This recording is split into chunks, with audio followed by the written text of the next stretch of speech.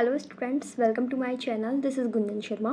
आज के इस वीडियो के अंदर मैं आप लोगों को BSc second year inorganic chemistry का जो आपका पेपर है कोटा यूनिवर्सिटी का, उसके लिए इम्पॉर्टेंट क्वेश्चंस बताने वाली हूँ।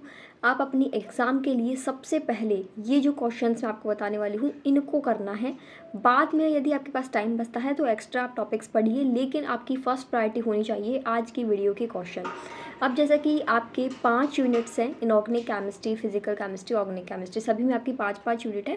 तो पाँचों यूनिट के अंदर से मैं आपको कुछ टॉपिक्स बताऊंगी। 4-5 टॉपिक्स मैंने हर यूनिट के अंदर से निकाले हुए हैं जो कि प्रीवियस ईयर पेपर में काफ़ी बार पूछे गए हैं, बहुत ज़्यादा रिपीटेड टॉपिक्स हैं। तो आपको सबसे पहले उनको प्रायोरिटी पे रखना है अपनी तैयारी शुरू करने के लिए, ठीक है।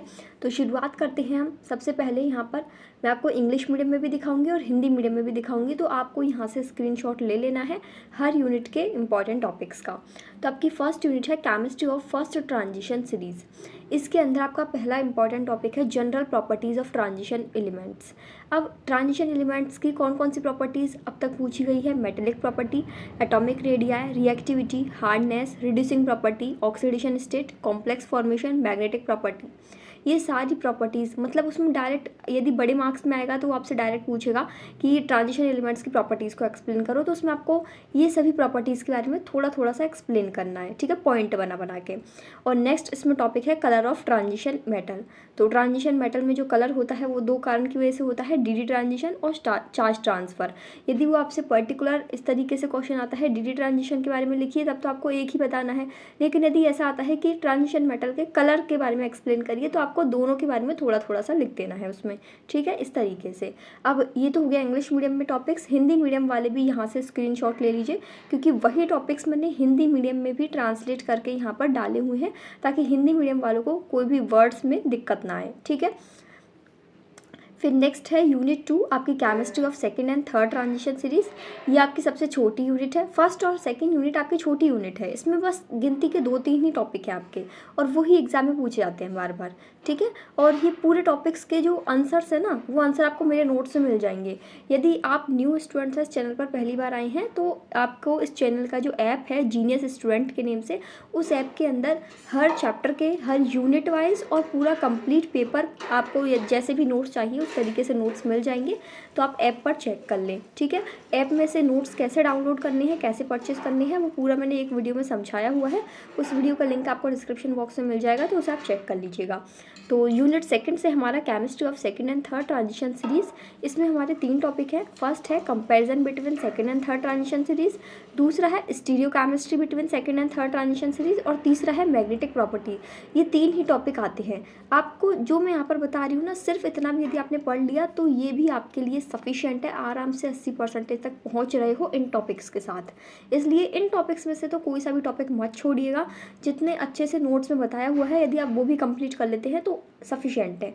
और यदि आपके पास ऑलरेडी नोट्स हैं, बुक्स हैं, या जहाँ से भी आप पढ़ने का कंटेंट यदि आपके पास है, तो अपने जो नोट्स हैं, बुक्स हैं, उनमें टिक लगा ले ये सारे टॉपिक्स, और इनको सबसे पहले आप कंप्लीट करें, ठीक है।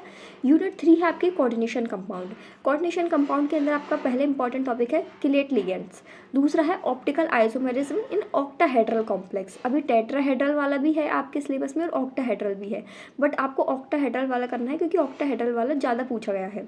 तीसरा है सिडविक कॉन्सेप्ट या फिर ईएएन कॉन्सेप्ट, ठीक है। इसमें आपके पोस्टुलेट्स हैं और फॉर्मूला है, वो आपको देख लेना है।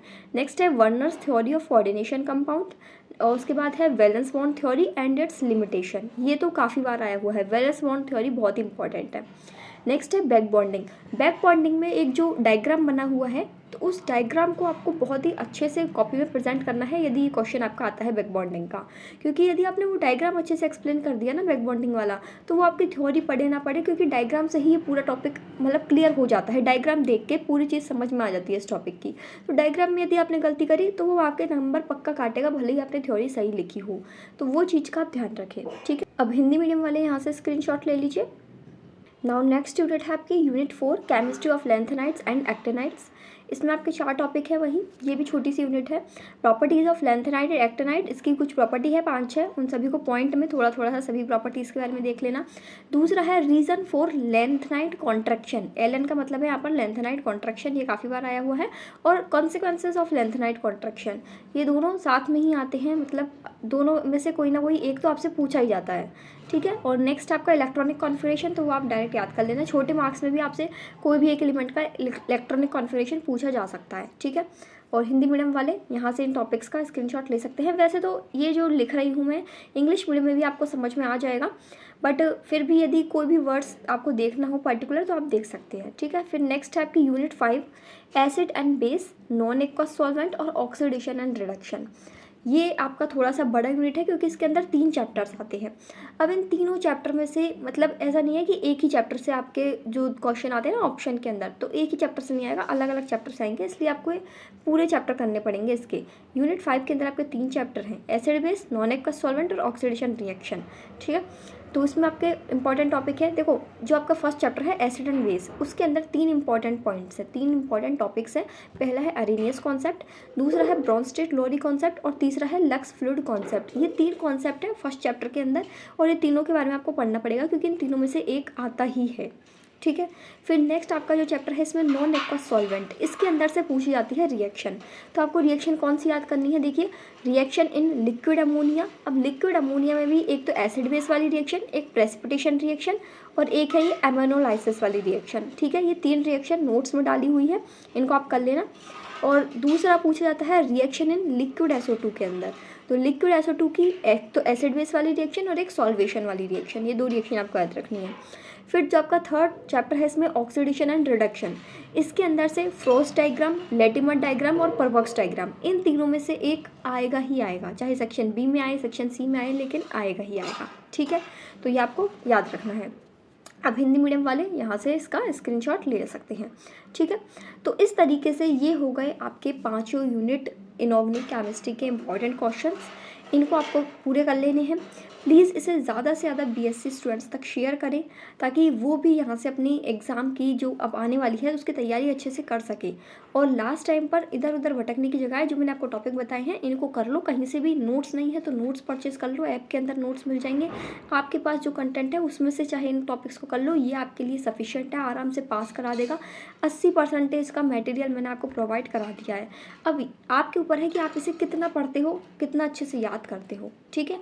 इसके अलावा जो आपके बाकी के पेपर्स हैं उन सभी की भी इंपॉर्टेंट वीडियोस आपको चैनल पर मिलेंगी। चैनल को सब्सक्राइब कर लें and please share this video to more students. Thank you for watching.